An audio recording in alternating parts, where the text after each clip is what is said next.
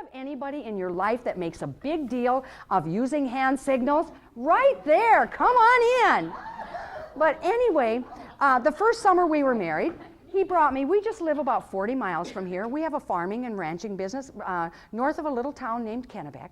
And so that was quite a ways from home. That was about 200 miles from me, and it's more sparsely populated out here. So that first summer, I'm tilling the earth in a field we rent 15 miles from home. Just me, an old D19 Alice Chalmers tractor, and the one-way that I'm pulling behind. I'm out there all day, nothing else, no cell phones back in those days. And so I was pretty excited when I see my husband coming to the field in the pickup. And as he gets closer and I can see him, this is what he's doing.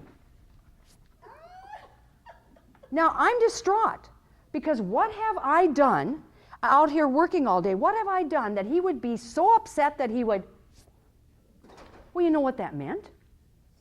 That meant cut the motor. I'd never seen that. I worked outside growing up with my dad, and you know how my dad told us to cut the motor? He reached his hand out and turned the key, shut the key off. Well, I found out one thing.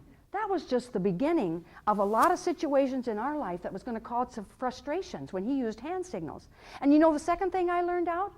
I know why he graduated at the very top of his class at the U of NVC. Because that's the University of Nonverbal Communication. I mean to tell you, I think he could go through our relationship without talking. The hanger bearing had gone out of our disc. So he came home and he needed help. You know the story? Honey, I need just a little bit of help. So he got the blocking, and when we went out, I had it figured out this time. He's the master of hand signals. I'm going to put him up in the tractor because he's going to understand that he can't lower that disc because I'm crawling under it, putting this blocking there. And he'll know he cannot lower the disc till he sees my hand signal down. Well, from where he was sitting, it must have looked like my body was in a place of clearing, because very gently, he lowered the disc on my head. But you know what? He lifted it again. So I don't think he meant to do it. Okay? And when he got out of the tractor, I could see by the expression on his face. But he hadn't waited for a hand signal. I couldn't imagine that. So we had this conversation. I had tears, and I'm sure they were tears of fear.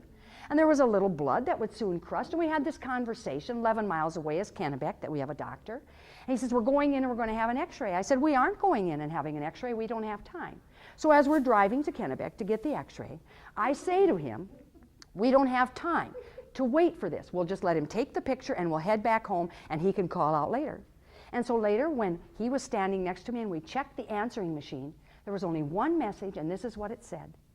The x-rays on Gloria's head reveal nothing. Now he thought that was quite funny, and at the time I didn't think it was funny, but you know, you've got to lighten up and laugh at the things that happen to you.